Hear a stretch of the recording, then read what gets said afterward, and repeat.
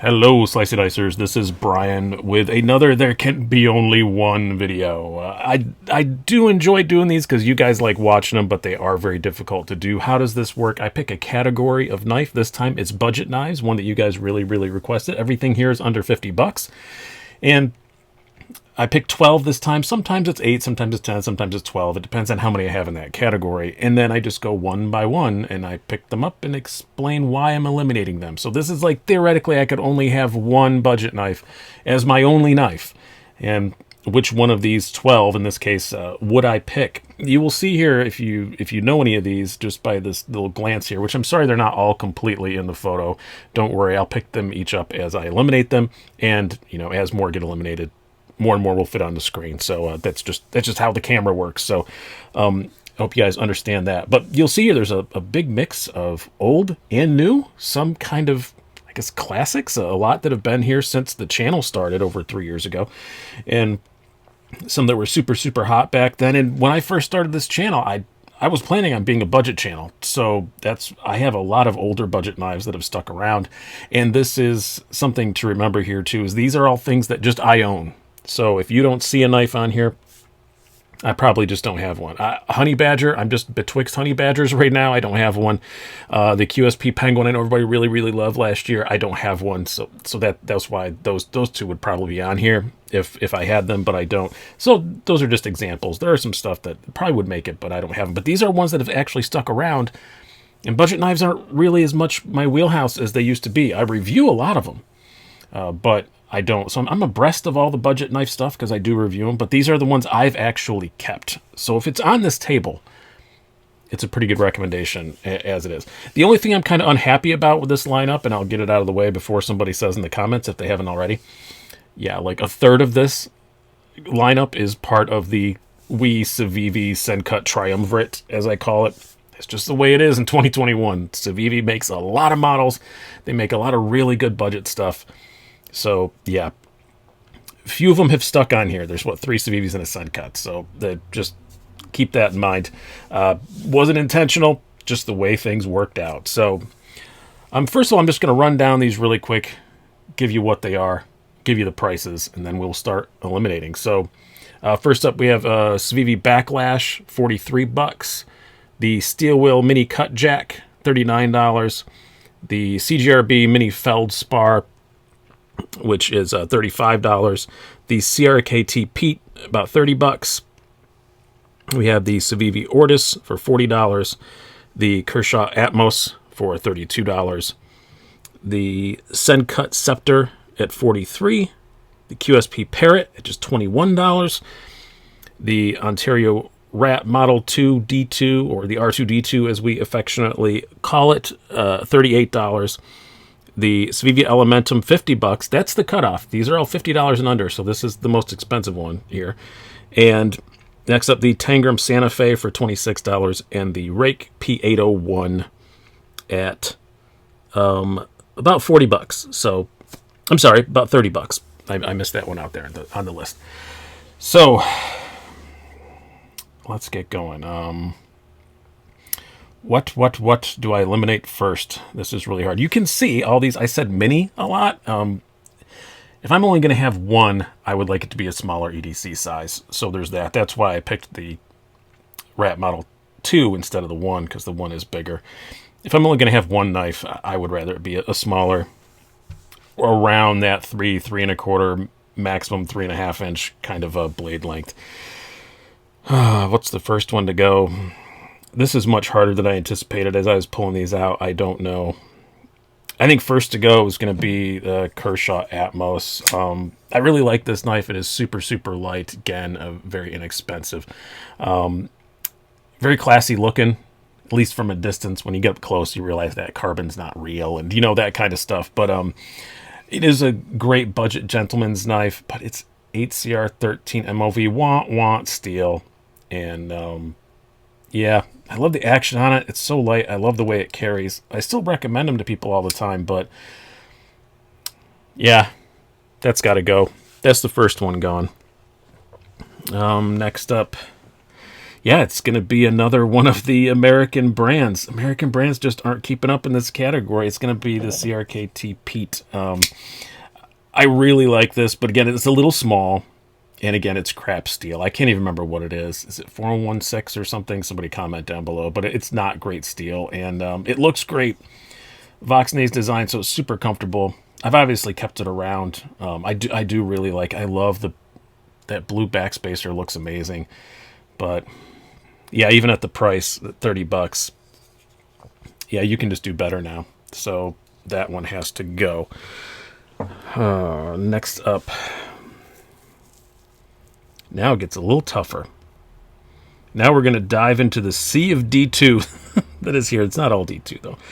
Am I going to eliminate the cheapest one?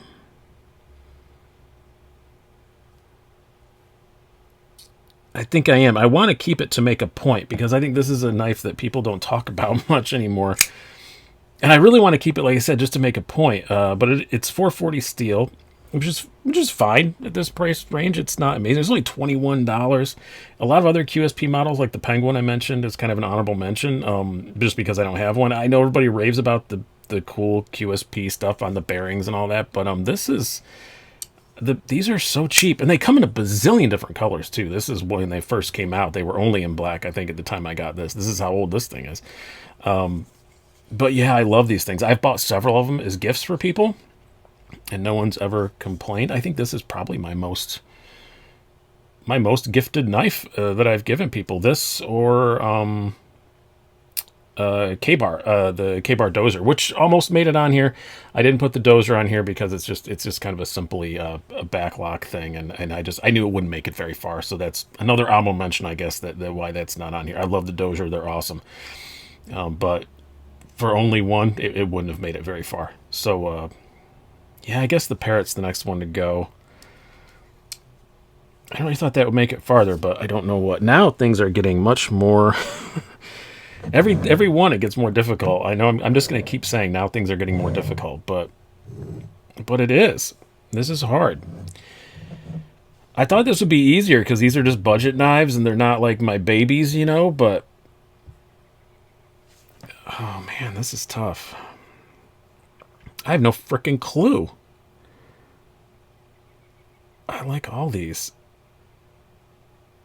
I guess I'm going to have to go with the cut jack. This is the mini cut jack, and I love it for many reasons. Not only are the ergonomics superb, this is the D2 version. They make an M391 that's obviously much more expensive. And this really helped kind of get the channel going. It was my review of this was one of the first videos that really got some traction. There's another one coming up that really, I think, if I can credit any one video for the channel getting going, getting me monetized and all that, it's that knife. But this was close. I like Steel Wheel as a company. They do a lot of really cool Steel Will. I keep saying Steel Wheel all the time. Steel Will. The price is right. The ergos in this thing are outstanding. The action on it's pretty good. Some of them are a bit inconsistent, though, I will say that, but mine was pretty excellent.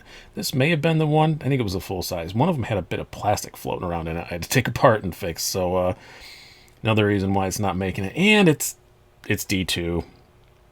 D2 is a great budget steel. I'm not knocking D2, but man, there's a lot of it around. And I feel like this and the R2D2 were the ones that kind of made D2 like the default steel in budget knives, and that has its blessings and its curses. But yeah, this has gotten a lot of pocket time over the years. It's hard to eliminate it, but the ergos are so good, but I can't.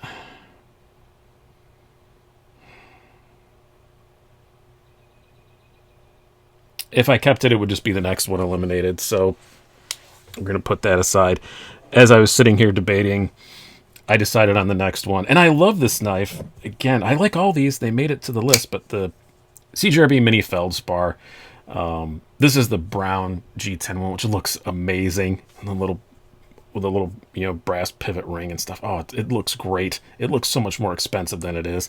What was this one again? I have to look at my own notes. Yeah, $35. D2 again. I think I'm going to eliminate this one primarily just because the size is like the mini is just barely big enough, and the full size feldspar I think is just a bit bigger than I'd want to carry all the time in every single situation. I carry big knives a lot. Don't get me wrong, but I think there can be only one. You have to remember this is only one. I wouldn't want to have just a larger knife. So yeah, feldspar is the next one. All right, here we go. I'm going to try and move some more stuff around so you can see things better. Looking on the camera here. Do we got them all in? Yeah, we got them all in. So cool. Now we are down to 7. Ooh,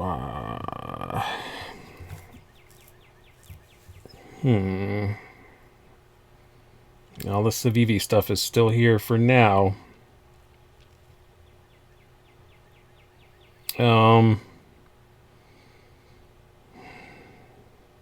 But yeah, one of them is gonna go, and I'm gonna enrage Civivi fans now, because I know this is probably, I would say, as a whole, the most beloved Civivi model. I like it a lot, but it's not my favorite. But I had to put it on here because I know you guys love it. But I am going to eliminate it. It is the Elementum. It's a great knife. It's hollow grind. It is so cool. And this one's purple, and I love this one, and I'll never get rid of it. And $50. It's the most expensive one left. And the raised liners, I've never been in love with. Is it a Ford finger choil or not? I've never really been in love with. I feel like they could have designed that flipper tab somehow different to give me a little bit more hand space, and the design is just a bit derivative, and it's just not something that I love. Some of the higher end ones look amazing and look beautiful, but in the under 50, I think if you're spending $75 on one of these, you're getting one of the better ones, and like I don't know what they cost, but I think you can get S35 VN for like $75 whenever Blade HQ decides to do them. That's a great knife. This is a great knife too, and also again D2. I do have a D2 bias. Remember, this is my only one, so $50. There's nothing wrong with D2. I'm going to keep saying it. I'm just going to keep chanting it. There's nothing wrong with D2, but I just get tired of it after a while. It's just so many budget knives with D2 on it. So, what are we going to eliminate now? Again, no clue. I'm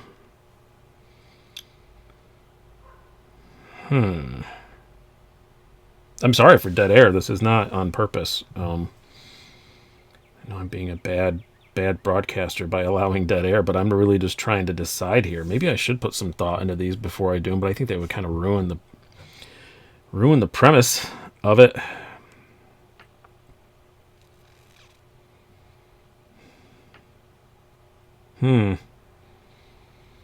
I thought this would make it to the final 2, but I do think I'm going to eliminate it.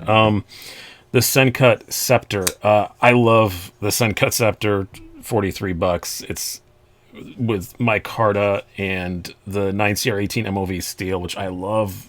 Civivi's 9CR18, I think, is an amazing budget steel, but it's a little small. So yeah. I really thought this would make it to the final 2. And this just came out in 2021. When it comes to budget knife of the year at the end of this year for 2021, if we make it that long, expect to see this again. It is a fantastic knife, but there can be only one. It's just a little small. Like I said, I want something small, but not capital S small. So a lot of the classics have still made it through to this.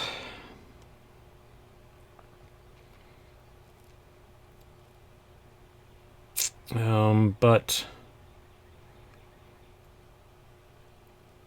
I think I'm going to get rid of one now. The R2D2.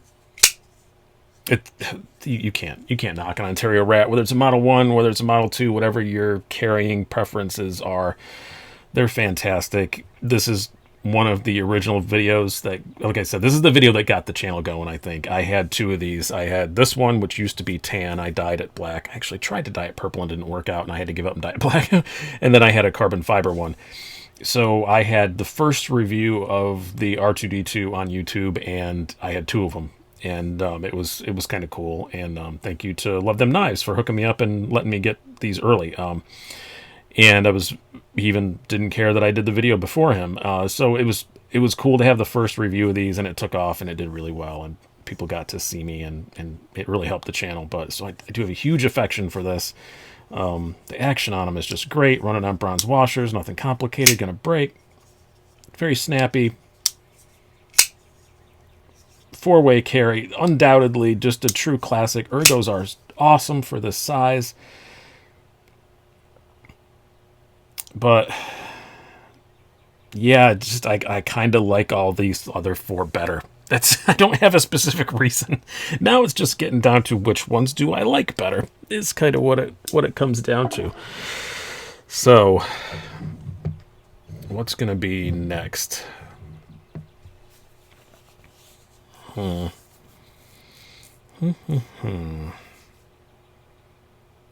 not saying this one's gonna be next, but I'm gonna pick it up. The Tangram Santa Fe. You can still get them on Amazon. I don't know what's going on with Tangram right now. They were a budget line of Kaiser, and they haven't come out with anything new in a really long time, but some of them are still available on Amazon. That's the only place you can buy them. Which means that I probably can't anymore, because New York and Amazon has just decided not to sell knives to New York and Massachusetts. So, This is a 440 Akuto steel, by the way, which is I've had very good luck with, or just a Akuto steel, I guess they call it, but I think it's like Japanese 440. The G10's very faded on this. I need to put you can put mineral oil on G10 sometimes and brings it back. I need to do that. This is looking pretty sad and faded. I love the blade on this thing. It's so super slicey. Ergos are pretty good, but that pocket clip's a bit annoying. Yeah, I guess this is going to be the next one to go. I wasn't sure, but these things are great, though. And the packaging they come is, like, amazing. You get a little origami thing. When you can still get Tangrams, get one while you still can. They're super cool, because I have no idea what the hell is going on with that company. So, we are down to the Civivi Backlash, the Civivi Ortis, and the Rake P801.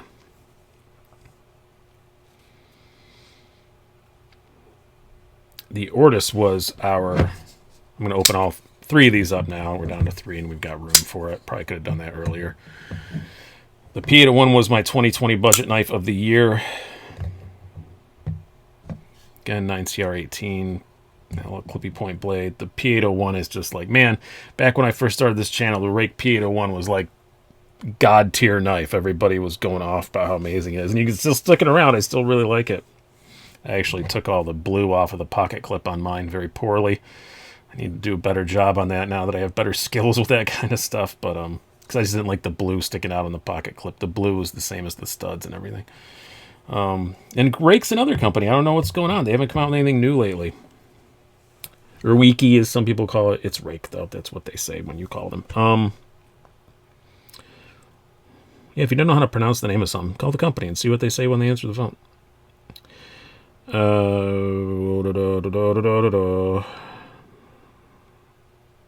I said I wanted smaller ones, and it's the two biggest ones that are going to be the last two.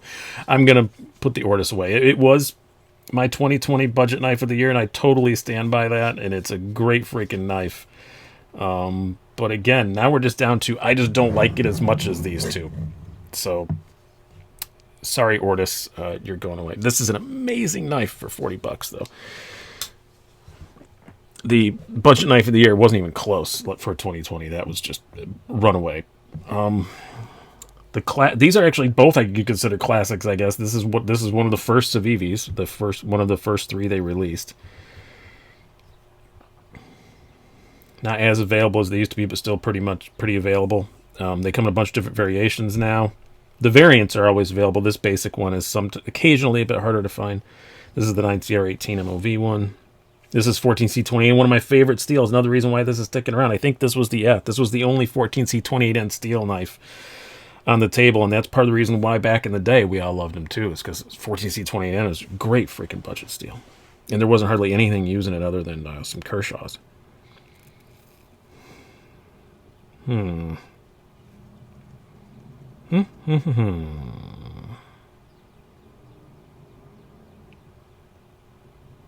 We're gonna do some opening and closing. The action on these was really good too.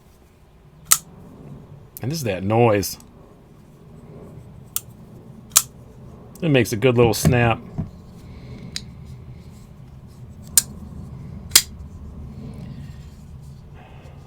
There goes our a little bit better on the backlash. I do like the finger choil. Somebody will rant down below. Useless finger choils, wasting blade length. I think somebody just made a comment like that in one of my videos just like the other day. There's some real finger choil haters out there. You know, at the end of the day, this is a full stainless steel frame lock, so it is a little heavier, which I don't mind that.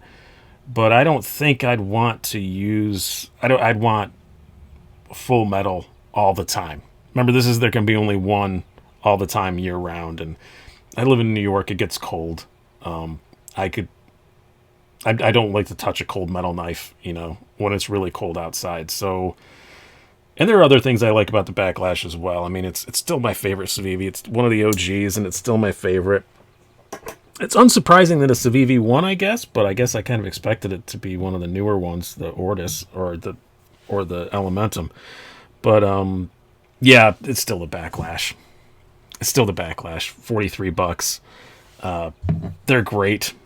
I highly recommend them. This is one of the OG with the blue liners. I still don't love the blue liners, but I think you can get it. I know you can get other color combos without the blue liners now, but yeah, super slicey, hollow grind.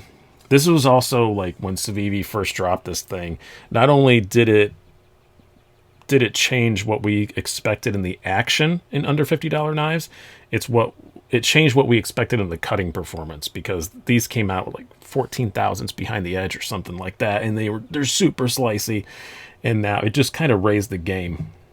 I'm trying not to put historical stuff into this factor. I just think of what I would want to keep. But yeah, historically, I mean, this is going to be looked at as a game changer in 5-10 years. This made everybody step their game up when the backlash came out, and it's the two that came out alongside of it. But yep, that's my pick. The backlash. I think I feel okay about it. I don't feel okay about the order I eliminated some of them in, but that's the nature of this hellish game that I've invented for myself. So I hope you guys have enjoyed my pain. There's an airplane flying over my rides here, so I will talk to you guys later.